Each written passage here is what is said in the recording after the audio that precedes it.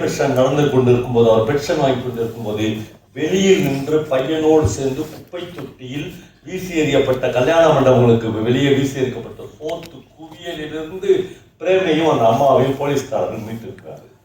பத்திரிகைகள் எல்லாம் செய்தியாக வந்தது. அவன் சொல்லுகிறான், அந்த தர்மன் சொல்லுகிறான், நான் இந்த நாட்டத்தில் தானே வளர்ந்தேன், நான் இந்த பிச்சை சோற்றை சாப்பிட்டு தானே வளர்ந்தேன், எனக்கு செப்டிக் ஆகலை, எனக்கு கொமட்டலையே, எனக்கு இன்ஃபெக்ஷன் ஆகலையே, என் பையனுக்கு மட்டும் ஏன் ஆரம்பிக்கிறேன். நான் இடையில் கொஞ்ச நாட்கள் என் குழந்தையை அவ்வளவு சௌரியமாக ஏசிக்கும் ஒரு நல்ல வீட்டுக்கும் ஒரு நல்ல படுக்கை அறைக்கும் பழக்கி விட்டேன் என்றால் நான் என்னை மாதிரி தானே அந்த குழந்தை இருப்பான். இதில் ஒரு முக்கியமான இடத்தை, இந்த கதையை நீங்கள் கேட்க வேண்டும் அல்லது படிக்க வேண்டும் என்று நான் உங்களுக்கு ரெக்கமெண்ட் பண்ணுகிறேன். ஒரு இடம் இருக்குது, இந்த காப்பன் என்கிற தர்மசீலன் என்கிற பெயர் அந்த சாமியார் வைத்த பெயர், ஒழுங்கான பெயர். பல முறை மண்டே பெர்சன் அப்பா அம்மா உள்ள புது அப்பா இதெல்லாம் பண்ணாத, சட்டையை கட்டுது, நாமெல்லாம் சட்டப்படக்கூடாது, வெளியே வந்துடு, வா நம்ம போகலாம், நம்ம சாக்கடைக்கே போகலாம், நம்ம வீட்டுக்கே போகலாம், வீடு என்ன சாக்கடை தான் வீடு, அப்படி அழைத்த இடங்கள் இருக்குது. அந்த பையன் ஒரு ஐஏஎஸ் இன்டர்வியூக்கு போவான். 2 பேர் பெங்காலி, ஒரு பீகாரி, 3 பேர் சீனியர் ஐஏஎஸ் ஆஃபீஸர்கள் தான் இவனை இன்டர்வியூ பண்ணுவார்கள். அவங்ககிட்ட 2-3 கேள்விகள் கேட்டுவிட்டு ஒரு ஐஏஎஸ் அதிகாரி கேட்பார், ரொம்ப நீங்கள் கவனிக்க வேண்டிய மிக முக்கியமான இடம், வாழ்க்கையில் நீங்கள் எங்கிருந்து உங்கள் வாழ்க்கையை அணுக வேண்டும் என்று ஜெயமோகன் சொல்லித் தருகிறார். நம்மளே ஒரு ஊரில் நீ ஒரு டிஸ்ட்ரிக்ட் கலெக்டராக மாறிவிட்ட, உண்மையிலேயே அவர் கோட்டயத்துடைய டிஸ்ட்ரிக்ட் கலெக்டராக இருந்தார், இப்போ ஜெனிவாவில் இருக்கிறார். நீ ஒரு டிஸ்ட்ரிக்ட் கலெக்டராக மாறிவிடுகிறாய்.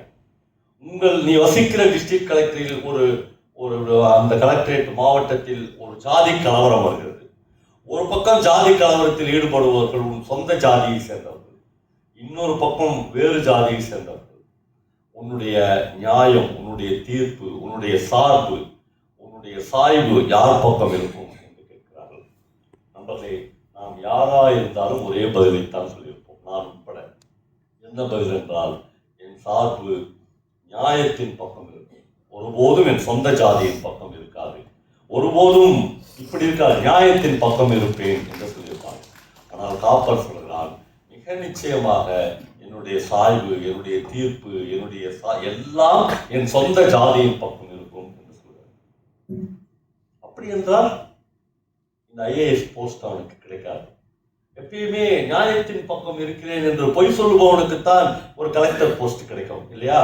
இப்பொழுது அவன் கையே பார்த்து கொண்டிருக்கிறான். அந்த அதிகாரிகள் இவனை ரிஜெக்ட் செய்து விடுவார்கள் என்று தெரியும். மத்தியானம் ஒரு கேன்டீனில் போய் ஒரு டீ குடித்து விட்டு வீட்டுக்கு போகலாம் என்று நிற்கிறான். அதில் ஒரு மூத்த ஐஏஎஸ் அதிகாரி இவனை கேன்டீனில் பார்க்கிறார். நீ போகலையா என்று கேட்கிறார். இல்லை சார், ஒரு டீ குடிச்சுட்டு போகலான்னு வெயிட் பண்ணுறேன், எனக்கு இந்த போஸ்டிங் கிடைக்காதுன்னு தெரியும். இல்லை, 2 பேர் 3 பேரில் 2 பேர் உங்களுக்கு தான் ஓட் பண்ணிக்கிறோம், அதனால் நீ போயிடாங்க சொல்லுவாங்க. அவனுக்கு ஆச்சரியமாக இருக்கு, எனக்கு எப்படி சார் ஓட் பண்ணுங்க என்று அவன் சொல்லுவார். இல்லை, ஒவ்வொரு மனிதனும் தான் உள்ளே எவ்வளவு ஜாதி வெறி பிடித்தவனாக இருந்தாலும் கூட, ஜாதி சார்புள்ளவனாக இருந்தாலும் கூட, வெளி உலகத்திற்கு தன்னை ஒரு முற்போக்காளனாய் காட்டிக்கொள்வதற்கு வேஷம் போடுவர்களாக இருப்பார்கள். நான் அதில் ஒருவன். எனக்கு ஒரு பிரச்சனையும் இல்லை. நீ ஒரே ஒரு தப்பை பண்ணிவிடக்கூடாது, நீ ஐஏஎஸ் ஆகிவிட்டேன் என்று என் பொண்ணு கேட்டக்கூடாது, அது வரல எனக்கு ஒரு பிரச்சனையும் இல்லை, நீ எப்படி என்ன உனக்கு தான் நான் மார்க் போயிடாத. அப்படி செலக்ட் ஆகி வந்தவன் தான் இந்த காப்பன். ஐயோ, அந்த கதையெல்லாம் நீங்கள் கேட்க முடியாது. நாம் அப்படி ஒரு வாழ்க்கை நிலைமையில் வாழ்ந்ததே இல்லை. ஒரு சாக்கடைக்குள்ளாக வாழ முடியும் என்று ஒரு நாள் கூட நம்ம யோசித்தே பார்க்க முடியாது. அந்த பையன் அந்த காப்பன் சொல்கிறான், அவன் ஒரு பிராமண பொண்ணை லவ் பண்ணி கல்யாணம் பண்ணிக்கணும். அவன் வந்து அசிஸ்டன்ட் பிஆர்ஓவா இருக்கிற பொண்ணு. அவள் ஒரு பிராமண தன்மையிலிருந்து அவள் பக்கம் பயங்கர நியாயம் இருக்கும். அவன் சொல்லுவா, என்ன ஆனாலும் சரி உங்க அம்மா வீட்டுக்கு மட்டும் எடுத்து வந்துடாத, என்னால் தாங்கவே முடியாது. அவள் பக்கம் அந்த நியாயம் இருந்து கொண்டே இருக்கும். இந்த கதையினுடைய உச்சம், இந்த கதையினுடைய உச்சத்துக்கு போய் ஜெயமோகன் சொல்கிறார், ஒரு நாற்காலி காப்பனுக்கு கிடைத்தது மாதிரி இந்த உலகத்தில் கிடைத்தால் 10 100 நாற்காலிகள் கிடைக்க வேண்டும் என்று எழுதுகிறார். நண்பர்களே, இலக்கியம் நம்முடைய தனி மனித அழுக்கை சுத்தப்படுத்துகிறது, பரிசுத்தமாக்குகிறது. ஒரு பரிசுத்த மனிதனாய் நம்ம இலக்கியம் தான் மாற்றுகிறது. பணம் சம்பாதி, இன்னும் சம்பாதி, கார் வாங்கு, குழந்தை, ஒட்டுமொத்த வாழ்க்கையை நாம் ஒரு மாதிரி ரிவ்யூ பண்ணி பார்த்தால் நம்முடைய மொத்த வாழ்க்கையும் உங்க அப்பா அம்மா உங்களை நன்றாக வைத்திருப்பதற்கு, என் பிள்ளையை என் பொண்ணையை நன்றாக வைத்திருப்பதற்கு பணம் சம்பாதித்திருக்கிறார்கள்.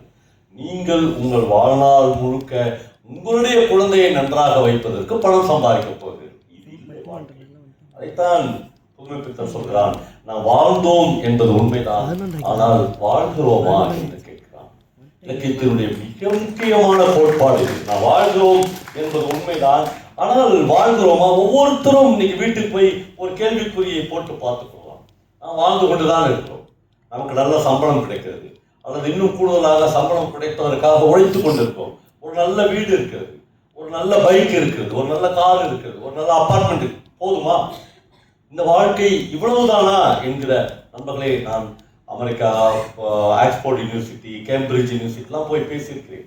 அங்கெல்லாம் மிகவும் லட்சக்கணக்கில் கோடிக்கணக்கில் சம்பளம் வாங்குகிற மனிதர்களை நான் சந்தித்திருக்கிறேன். எல்லாருக்குள்ளும் ஊரின் ஏக்கம் இருக்கிறது, திருவிழாக்களை தொலைத்த பதைப்பு இருக்கிறது, அப்பா அம்மாவின் சாவுக்கு கூட வர முடியவில்லையே என்கிற கதறல் இருக்கிறது. இந்த எல்லாவற்றையும் இழந்து விட்டு உங்களுக்கு கொஞ்சம் டாலர் கிடைக்கிறது. இந்த எல்லாவற்றையும் இழந்தால் உங்களுக்கு சில பவுண்ட்ஸ் கிடைக்கிறது. எந்த உத்தரவாதம்? லாஸ்ட் வீக் நான் போய் இந்த வளைகுடா நாடுகள் இப்போ போர் தொடங்கி இருக்குல்ல, ஒவ்வொரு ஏர்போர்ட்லயும் நான் நின்றேன். இந்த துபாய் ஏர்போர்ட்ல, கத்தார் ஏர்போர்ட்ல, அபுதாபி ஏர்போர்ட்ல, ஷார்ஜா ஏர்போர்ட்லாம் ஒரு வாரம் தானே ஆச்சு. ஒரு வாரத்துக்குள் உலகம் இப்படி மாறிவிட்டது. நேற்று போயிருந்தா என்ன இருக்கும் அவ்வளவுதான் என்று நினைத்துக் கொள்ள வேண்டியதுதான் மனித வாழ்க்கை.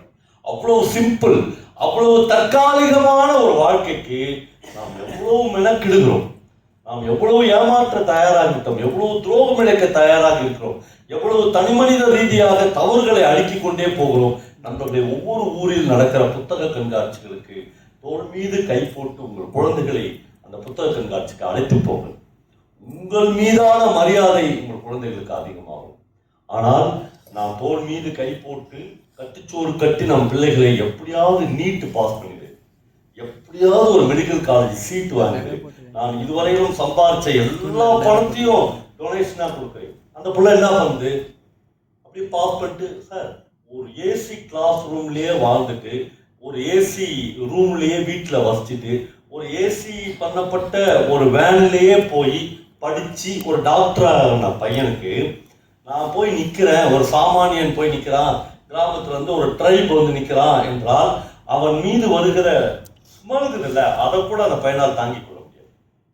ஏன்னா இவன் ஏசி ரூம்லயே படிச்சவன், ஏசி இதுலயே போனவன், எதுவுமே வாழ்க்கை சக மனிதனின் மூச்சு காற்று கூட இவனுடைய திரேகத்தில் பட்டதே இல்லை. அந்த குழந்தை எப்படி ஒரு பெஸ்ட் டாக்டரா முடியும்? நான் எனக்கு